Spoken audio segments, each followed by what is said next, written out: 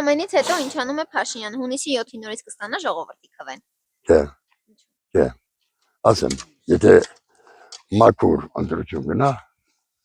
մաքուր, դա 100%-ով չէ։ Իսկ եթե կեղտոտ գնաց, 1,000,000%, ասեք Փաշինյանը սենց ամենից եք ասում ամենից, եթե քշում ես բռնում,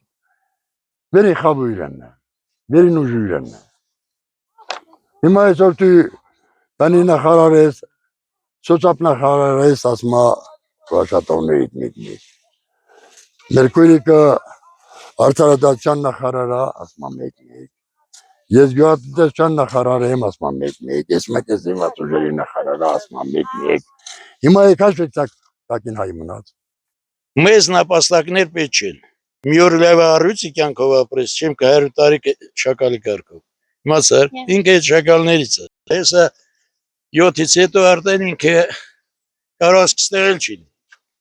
Խաղերատան բաժանվում է, այս մեկանը։ Ինչի՞ իմ ընտանիք փախցնում հաստի, որ ինքն էլ փախնի։ Եթե նրան նորից ընտրեց, գիտա որ ամենաստոր, ամենադավաճան մարդն է։ Ես քիչ առաջ ասի 75 տարեկան եմ։ Ես հələ ձևի դանգլա ղեկավար տեսաշ։ Այդ ձևի դանգլա ղեկավար տեսաշ։ Ոչ, որովհետև ոչ մի արդյունք չի տամ ժողովրդին։ Ինչ արդյունք հատամ ժողովրդին։